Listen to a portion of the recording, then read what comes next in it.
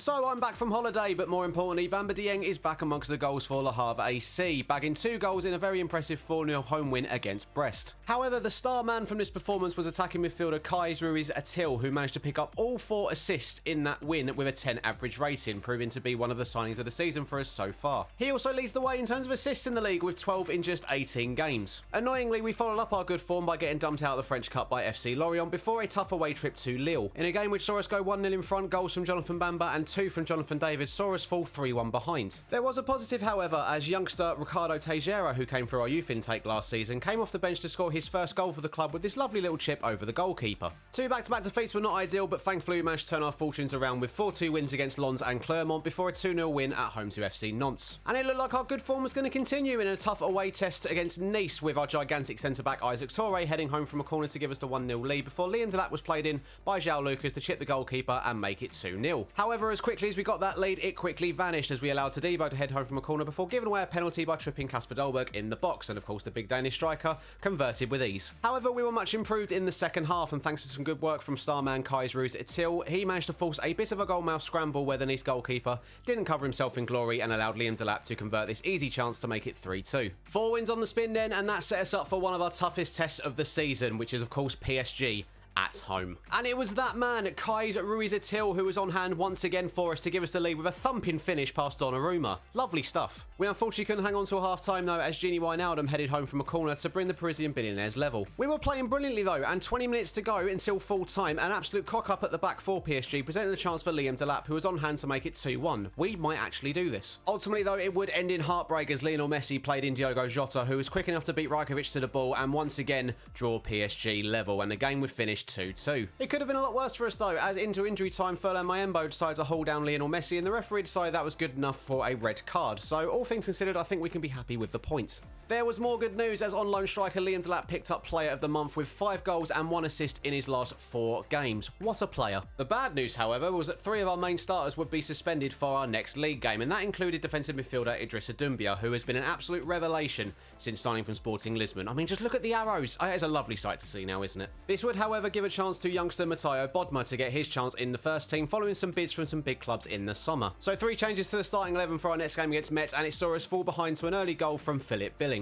However, when there's a till, there's a way. The informed Frenchman played in Bamba Dieng, who drew us level and ensured we walked home with just a point. So with just 12 games to go, we sit 4th in the table with a game in hand on Lyon and Monaco, with just a point separating all 3 of us, and incidentally they also dropped points in their previous games, which meant we have a genuine chance of Champions League qualification. This meant that if we managed to beat Strasbourg, we would go 3rd in the table, and thankfully we got off to a fantastic start with this absolute rocket from left-back Ismail Bora. The rest of the game was pretty straightforward, as Liam Delap and Bamba Dieng linked up once again, with the Senegalese striker making it 2-0 after just 20 minutes before running on to a brilliant pass from Kais Ruiz-Atil to make it 3-0 and wrap up all 3 points. So 3rd in the table obviously meant we would go on to lose against Vafsi and draw at home to Bordeaux, which allowed Lyon and Monaco right back into it. Absolute joke. Youth Intake Day was here, and we have some absolute gems coming through the academy. 15-year-old Trevis Chauvin looks like a fantastic central midfielder. Moussa Delhaye is a right back that I am very, very excited about. And Frederic Desire is a very promising young goalkeeper. The most exciting news, however, is that Liam Delap is confirmed to remain at the club for another year on loan from Manchester City, and following the debut year that he's had, I think we can all agree that this is a fantastic piece of business. And you know what else would be fantastic? If you hit the subscribe button. I'm trying to get to 1,000 subs by the end of the year, so please do everything you can to try and help me reach that target.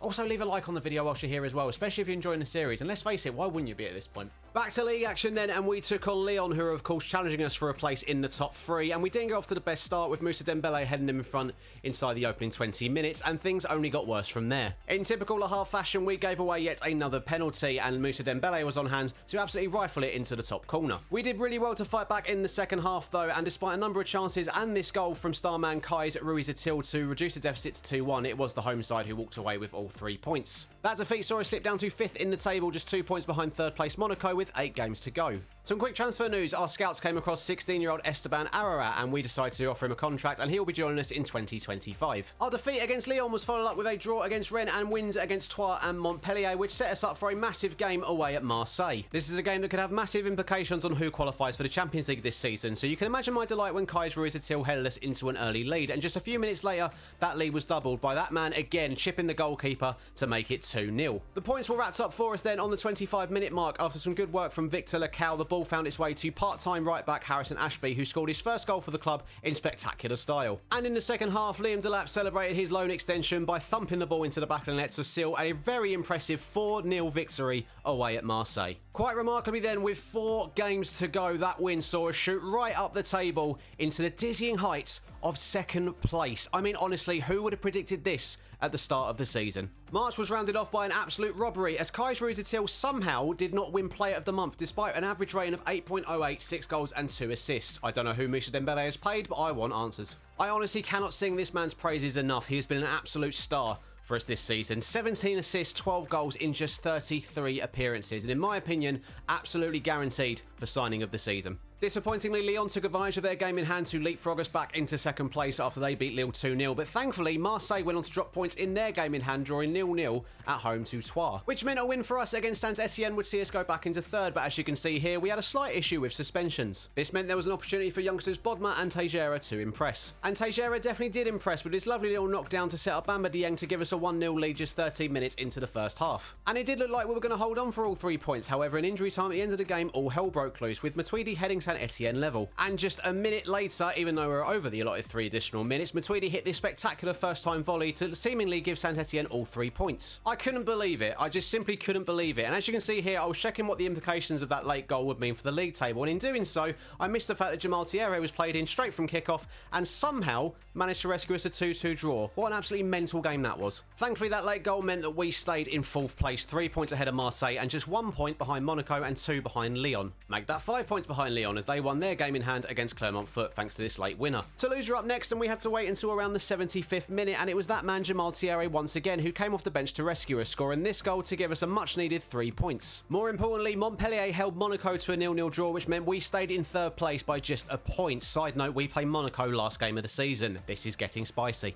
Our penultimate game of the season was away to Brest in a game that we simply had to win to be in the race for Champions League, and thankfully Bamba Dieng decided to absolutely step up in this one by scoring a hat-trick. Shout out to Predrag Rajkovic as well, who managed to bag an assist for this one. Elsewhere, Monaco were hosting Marseille in a game they also had to win to ensure that they still had a chance come the final game of the season, and in the best news possible, I noticed they were currently being held 0-0 by Marseille, and that is how the game finished. Which meant that going into the final game of the season against Monaco, we sat 3 points clear of them in 3rd with a superior goal difference. That win also meant that we were guaranteed to finish at least in a Europa League qualification spot, but we all know that we have got our sights set on much, much bigger things. So ultimately, with the way the league table was shaping up, it meant that the final game against Monaco didn't really matter unless they absolutely destroyed us by about 10 goals, and despite Ricardo Horta's late winner for Monaco, it proved in vain as Le Havre have qualified for the Champions League in our first season in Ligue 1. What an achievement.